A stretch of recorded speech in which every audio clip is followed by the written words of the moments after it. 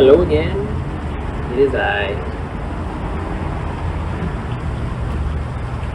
How a lovely day out. I am a big fan of the rain. Everyone always talks about how much they love the sunny weather. They can go outside and do things. Swimming, boating, biking. But you know, I love a good rainy day.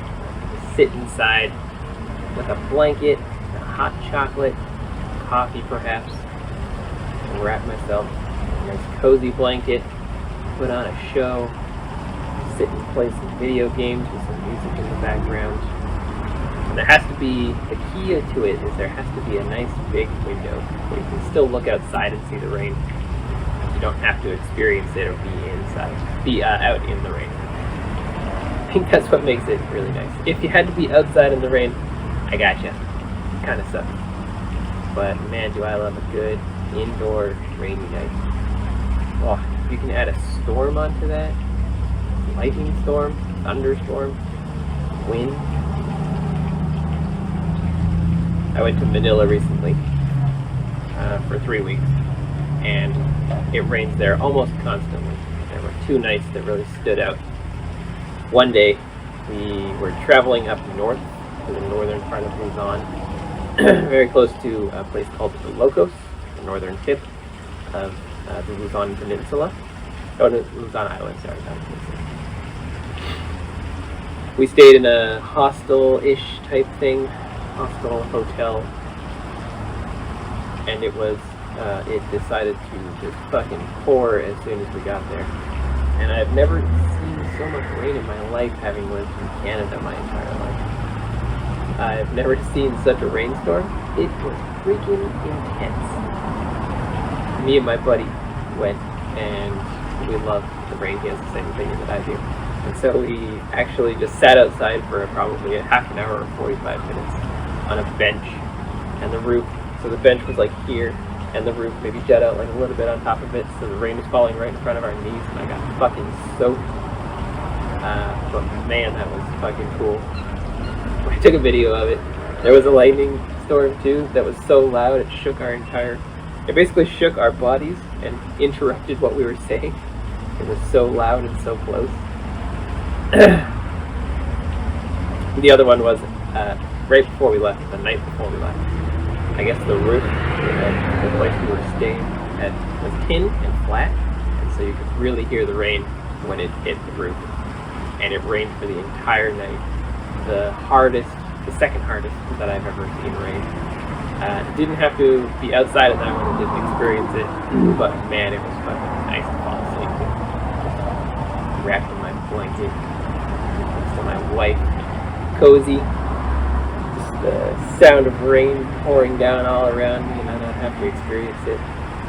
And those were some good memories. I like those ones.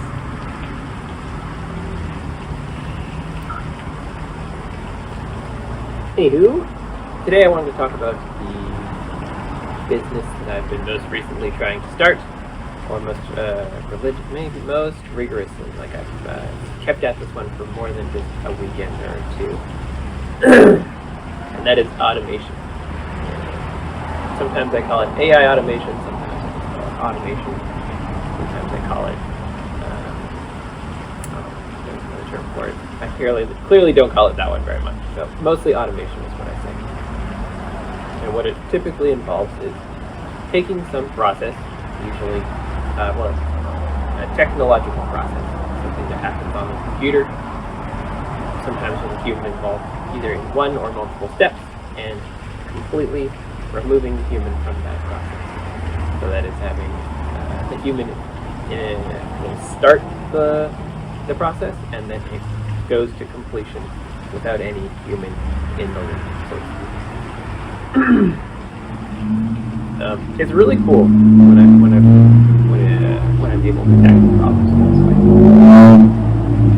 I didn't really know it was a thing until maybe 6 months ago.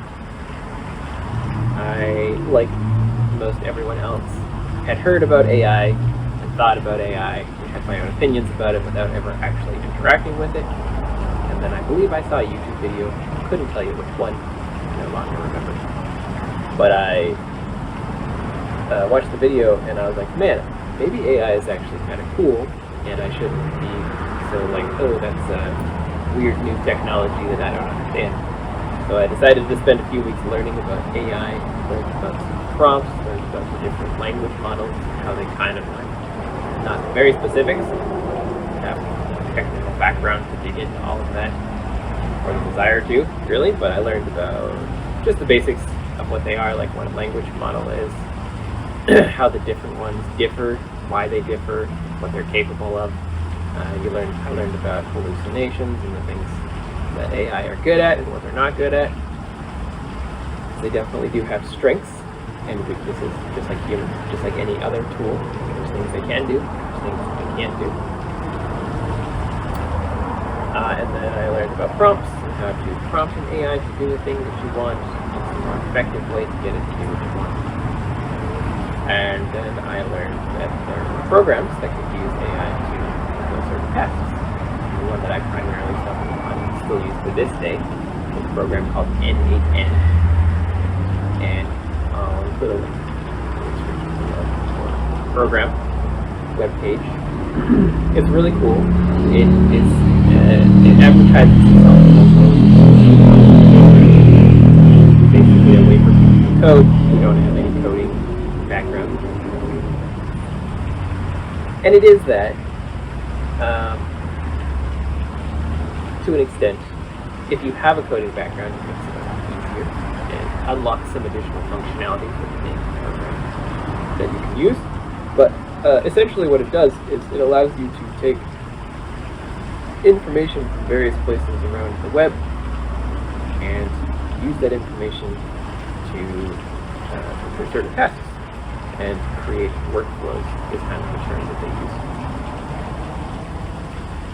As an example, one that I have created was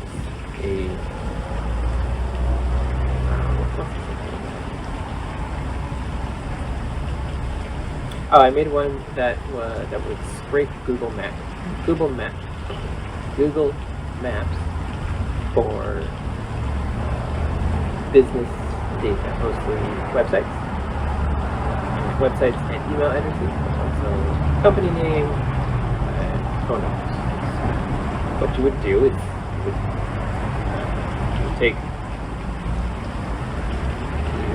in the program you would essentially get a key from Google Maps that you're allowed to use their program for free up to a certain number of times per second per minute, depending on which program you're working with.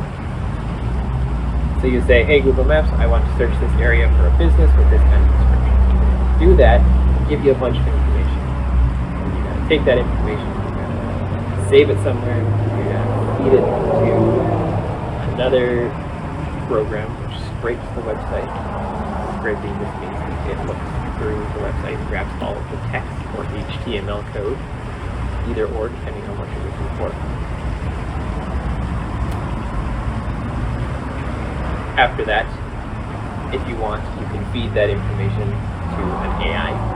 The AI can parse through it. You can look through it to find email addresses, phone numbers, founders, CEOs, people of decision-making qualities, and you store their information, and then you can go a step farther. After you store their information, you can then get a program like this to generate an email. Have that email write a specific outreach that's tailored to the person, the business that you reach out to. Usually the owner, sometimes the manager, or add a decision-making role, CEO, or anything like that. And yeah, that can all be done without any interaction. All I have to do is press the button, run it. It's not easy. It sounds very simple to describe it. It's very cool when it works because it doesn't look like it's doing essentially anything, it just works. But setting it up is actually quite difficult. It's very technical. There's a lot of error, there's a lot of trial, there's a lot of doing and redoing and attempting to slot pieces together. So I spent a few months learning that, trying to figure out something that I could get, trying to generate skills that I could use, perhaps in a different industry, because I don't really want to stay in my current industry forever. So that was my original goal. And then I stumbled upon a dude on YouTube. His name is I am. Also, the link came down below. And he was basically doing the same thing I was doing, but he was selling it for tons and tons of money to businesses. And I was like, oh, well, maybe that's something that I could try. Now, I'm stuck in the sales process, trying to actually get customers to respond to me. That's what I'm currently learning. So that's what I've been trying to do. I've gotten some experience for my current workplace. I ended up making a tool, a booking calendar, which is basically, so I just made like an automated, like a Google calendar that people can book on. And then what I did is I automated it so that they can put in all the information they need to book their appointment. And then my program will come in, grab all that information, store it in a Google spreadsheet, and then for later use. And then for the program that they were already using, track of appointments coming in, I would take that information and put it into their program directly. So what was neat about it, to them, was that I was able to make a booking calendar with one additional program that they don't really have to interact with, that interacts with their already existing program. So I was able to link the two using this program N8N. And that was neat because they don't have to learn anything new. They just have to share a link instead of book people on the phone for appointments. And it's been very effective. The owners both really, really liked it. They were very happy with it. I made another one for them, mostly for myself at work. Nobody else seems to use it now, but it's actually way more in-depth and was way cooler. It's not something that they interact with, but it's kind of more specific to the job that I do.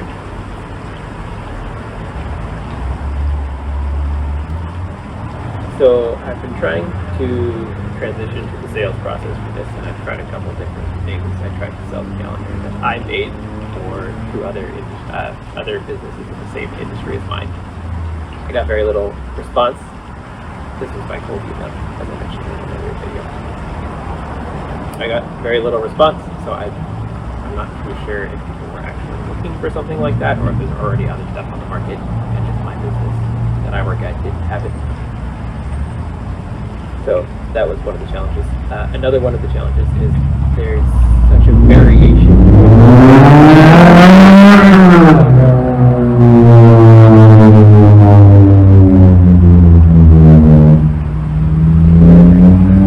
The number of programs that you can connect using N8N is large. The pool is very expansive. You can connect to Google Sheets, you can connect any Microsoft program, you can connect any Google program, you can connect a whole bunch of different CRMs, HubSpot. So what's the other one? ClickUp, Go High Level, anything like this can all be integrated into N8N. Stripe payments, Oneris, and they can all be linked together.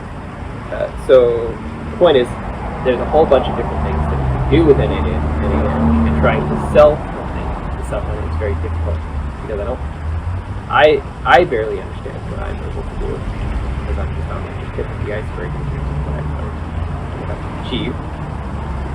And so trying to explain to someone specifically to get someone interested via cold email is very challenging. It's like, hey, let me automate something for me. Like, well, I don't need anything to be automated. I have whatever I do works just fine right now. So I need to figure out a way to get into that business, literally get into other businesses and be like, show me some of your processes. This is how I would make it better. This is what I can do for you. You can cut this in half. By the time you spend on this in half, you could be more accurate and you don't have to do as much. It saves money. You don't have to hire a person to do this. You just feed it in through a program. So that's my plan. It's kind of what rolls around in my head. I struggle personally with the sales process and the idea of talking to people about things that I'm not knowledgeable on. But I will this week to reach out to some contacts that I have and hopefully get some more experience under my belt. That'll be the goal. In terms of the YouTube video, it's been okay. Every day is really hard. I don't know that I can do every day a video every single day. So what I'm going to do is scale it back to, let's say, 3 times a week. I haven't picked the days yet. 3 times a week. Every week. On the same days. At the same time. So that it's on the calendar. I can't shirk out of the things. So just be like, oh, I have to do this at some point today. Put it on my calendar. Like, okay. I'm going to film a video. 6 o'clock to 6:15. I'll edit it 6 a.m. to 6:30 a.m. Okay. Not that I don't do a lot of editing for these, as you can see. But I gotta render it, I gotta turn it into an MP4, I gotta clean the audio because it's fucking fountain. It's writing the guy's microphone, and it's really loud. Watching my videos back, it's kind of one of the only things that I can hear besides my voice. But yeah, that's me. That's another week, another day, another step, another notch in the belt of Mark. Have a wonderful day. See you guys next time.